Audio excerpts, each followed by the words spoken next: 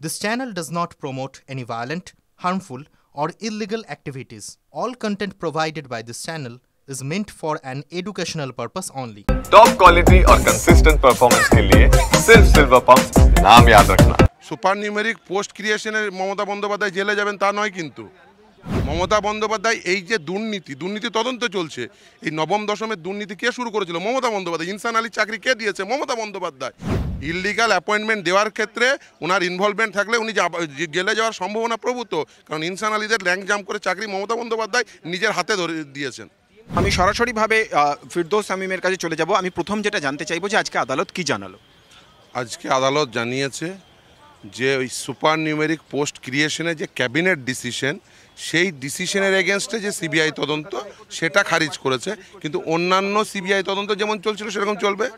অর্থাৎ যেমন নবম দশম, একাদশ দ্বাদশ, গ্রুপ সি, গ্রুপ ডি যে সিবিআই তদন্ত চলছিল সেই রকমভাবেই সিবিআই তদন্ত চলবে। শুধুমাত্র এই যে ক্যাবিনেট ডিসিশনের যে উইজডম, সেটার বিরুদ্ধে যে সিবিআই তদন্ত, সেটা সিবিআই তদন্ত চলবে না, অন্যান্য সমস্ত সিবিআই তদন্ত চলবে। ইভেন যদি সিবিআই তদন্তে দেখা যায় যে কোনো মন্ত্রী ইনভলভ, সেখানে তাকে নিয়ে জেলে ভরবে, যেমন ধরুন মন্ত্রী পার্থ চট্টোপাধ্যায় জেলে আছে। ফলে এরকম যদি দেখা যায়, ক্ষেত্রে যেটা একটা প্রশ্ন উঠে আসছে যে কলকাতা হাইকোর্ট যখন এই সিবিআই তদন্তের নির্দেশ দেয়, তারা প্রথম যেটা জানিয়েছিল যে এই সুপার নিউমেরারি পোস্ট তৈরি বা এই ক্রিয়েশনটা এটাই সম্পূর্ণভাবে অসাংবিধানিক। তো আজকে সেক্ষেত্রে দাঁড়িয়ে এই সুপার নিউমেরারি পোস্ট ক্রিয়েশন এটার কি কনস্টিটিউশনাল প্রভিশন আছে? এই বিষয়ে সুপ্রিম কোর্ট কিছু জানিয়েছে? একদমই না। ওই সুপার নিউমেরিক পোস্ট ক্রিয়েশনের যে রিট পিটিশন, সেই রিট পিটিশনটা কলকাতা হাইকোর্টে এখনো পেন্ডিং, সেটাতেও ইভেন টাচ করেনি। আমরা সেই জন্য ক্লারিফিকেশন চেয়েছিলাম। সুপ্রিম কোর্ট একদম নির্দিষ্টভাবে বলে দিয়েছে যে সুপার নিউমেরিক পোস্ট ক্রিয়েশনের যে ডিসিশনের যে লিগালিটি, সেটা কলকাতা হাইকোর্টে পেন্ডিং, সেটা নিয়ে টাচ করছে না। শুধুমাত্র সুপার নিউমেরিক পোস্ট ক্রিয়েশনের যে উইজডম, সেটার এগেনস্টে যে সিবিআই তদন্ত, সেই সিবিআই তদন্ত স্থগিত রেখেছে, সেটা খারিজ করেছে। কিন্তু অন্যান্য যে সিবিআই তদন্ত, তাহলে এই খারিজ করার গ্রাউন্ডটা কি? কোন গ্রাউন্ডে খারিজ হচ্ছে? কারণ হচ্ছে যে ক্যাবিনেট যে ডিসিশন, তার উইজডম নিয়ে কেউ তদন্ত করাটা সেটা সঠিক নয়, কারণ ইটস আ পলিসি ডিসিশনের উইজডম নিয়ে যে তদন্ত, সেটা হওয়া উচিত নয়, কারণ এটা নির্বাচিত সরকার, সেটা হয়তো কোর্ট মনে করেছে। কিন্তু এই ডিসিশনের পিছনে যদি কোনো ইললিগালিটি হয়ে থাকে, সেটা কিন্তু চ্যালেঞ্জ আছে কলকাতা হাইকোর্টে, সেটা তখন ডিসাইড হবে। তাহলে সেক্ষেত্রে আপাতভাবে তো কিছুটা মনে হচ্ছে যে গত সপ্তাহের ডিসিশনে যখন 26,000-এর চাকরি বাতিল হয়ে গেল, সেই সময়তে রাজ্য সরকার একটা ধাক্কা খেয়েছিল। তাহলে এখন যখন এই সুপার নিউমেরারি পোস্ট যখন কিছুটা হলেও বৈধতা পাচ্ছে, তাহলে কোনো আজকের এই যে রায়, এটা সুপার নিউমেরিক পোস্ট ক্রিয়েশন সেটা বৈধ নাকি অবৈধ সেই নিয়ে একটি কথাও বলেনি। সুপার নিউমেরিক পোস্ট ক্রিয়েশনের উইজডমের যে সিবিআই তদন্ত ছিল, সেটাকে খারিজ করেছে, কিন্তু that doesn't mean super numeric post ক্রিয়েশনে সেটা লিগাল কি ইললিগাল সেটা ডিসাইড হয়ে গেছে। তার লিগালিটি বা ইললিগালিটি সেটা ডিসাইড হবে কলকাতা হাইকোর্টে, কারণ কলকাতা হাইকোর্টের এর লিগালিটি নিয়ে কলকাতা হাইকোর্টের রিট পেন্ডিং, সুপ্রিম কোর্টের সামনে নয়। সুপ্রিম কোর্টের সামনে যেটা ছিল সেটা হচ্ছে কলকাতা হাইকোর্টের যে সুপার নিউমেরিক পোস্ট ক্রিয়েশনের ডিসিশনের উইজডমের বিরুদ্ধে যে সিবিআই তদন্ত, সেই সিবিআই তদন্তটি খারিজ করেছে। কিন্তু অন্য যে সিবিআই তদন্ত, যেমন নবম দশম, একাদশ দ্বাদশ, গ্রুপ সি, গ্রুপ ডি নিয়ে যত সিবিআই তদন্ত চলছে, সমানভাবে চলবে। যদি সেখানে দেখা যায় যে কোনো মন্ত্রী ইনভলভ, তাকে প্রয়োজন হলে যেটা চাকরিহারারা জানতে চাইছেন যে এই সুপার নিউমেরারি পোস্টের এই পুরো বিষয়টি এতদিন পর্যন্ত বিচারাধীন ছিল, এর ফলে শারীরিক শিক্ষা, কর্মশিক্ষা এক্ষেত্রে যাদের নিয়োগ হওয়ার কথা ছিল সেটা আটকে ছিল। আজকের এই রায়ের পরে এই নিয়োগগুলো কি কোনোভাবে হওয়া সম্ভব?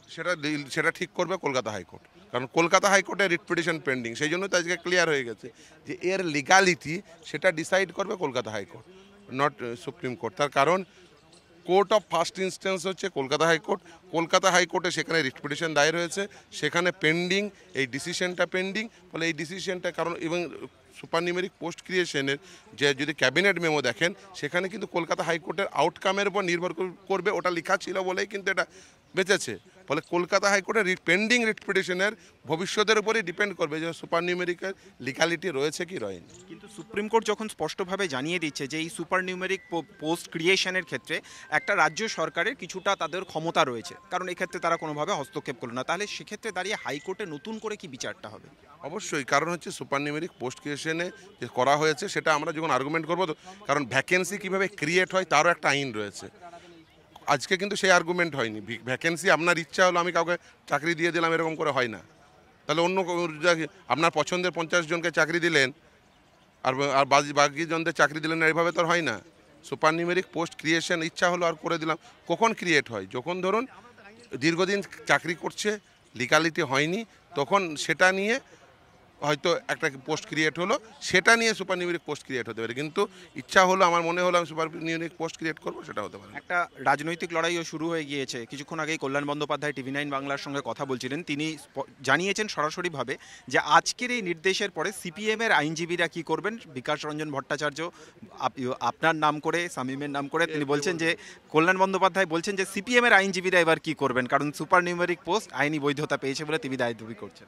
তিনি বলতে পারেন, তিনি বুঝতে পারেন, তিনি সম্ভবত তাহলে পরের দিন বলবেন। তিনি সম্ভবত তিনি অর্ডারের টেন্ডেন্সটা বুঝতে পারেননি, সরি টু সে। কারণ হচ্ছে এখানে সুপার নিউমেরিক পোস্ট বৈধ বা অবৈধ কোনোটাই ডিক্লেয়ার করেনি, বৈধও বলেনি অবৈধও বলেনি। যেটা সুপার নিউমেরিক পোস্ট ক্রিয়েশনের সিবিআই তদন্ত, সেইটুকু অংশ শুধুমাত্র খারিজ করেছে। আর ওনাকে বলবো, উনি এই যে টেন্টেড আনটেন্টেড কেন সেপারেট করতে পারলেন না, আর আমার নাম করে যদি উনি বলে থাকেন, ওনাকে বলবো যে উনি এই এসএসসি পরীক্ষায় কাদের হয়ে দাঁড়িয়েছিলেন, সাদা খাতার মাস্টারদের হয়ে নাকি ভর্তি খাতার মাস্টারদের হয়ে? ওনাকে বলতে বলবেন সাদা খাতার মাস্টারদের হয়ে দাঁড়ানোর ফলে আজকে পুরো প্যানেলটা ডুবেছে। উনি বারবার ধরে বলছেন যে গতকাল পর্যন্ত আপনারা চেষ্টা করছিলেন যাতে চাকরি বাতিল হয়, গতকাল পর্যন্ত মমতা বন্দ্যোপাধ্যায়কে জেলে ঢোকানোর চেষ্টা হচ্ছিল, আজকে সেই রাস্তাটা সুপ্রিম কোর্ট বন্ধ করে দিল। একদমই উনি ভুল বুঝেছেন। সুপার নিউমেরিক পোস্ট ক্রিয়েশনের মমতা বন্দ্যোপাধ্যায় জেলে যাবেন তা নয়, কিন্তু মমতা বন্দ্যোপাধ্যায় এই যে দুর্নীতি তদন্ত চলছে, এই নবম দশমের দুর্নীতি কে শুরু করেছিল? মমতা বন্দ্যোপাধ্যায়। ইনসান আলীর চাকরি কে দিয়েছে? মমতা বন্দ্যোপাধ্যায়। কারণ আপনি দেখবেন প্রেস ক্লাবের সামনে দাঁড়িয়ে 5 জন এই ইল্লিগাল কমিটি, সুপ্রিম কোর্ট সেটাকেই হোল্ড করেছে, আপেল করেছে যে ইল্লিগাল কমিটি, ওই ইল্লিগাল কমিটি কে অ্যাপয়েন্ট করেছিল? মমতা বন্দ্যোপাধ্যায়। এই সুপার নিউমেরিক পোস্ট ক্রিয়েশনের সঙ্গে ওই মমতা বন্দ্যোপাধ্যায় জেলে যাওয়ার কোনো সম্পর্ক নেই। ইললিগাল অ্যাপয়েন্টমেন্ট দেওয়ার ক্ষেত্রে ওনার ইনভলভমেন্ট থাকলে উনি জেলে যাওয়ার সম্ভাবনা প্রভূত। কারণ ইনসান আলীদের র্যাঙ্ক জাম্প করে চাকরি মমতা বন্দ্যোপাধ্যায় নিজের হাতে ধরে দিয়েছেন।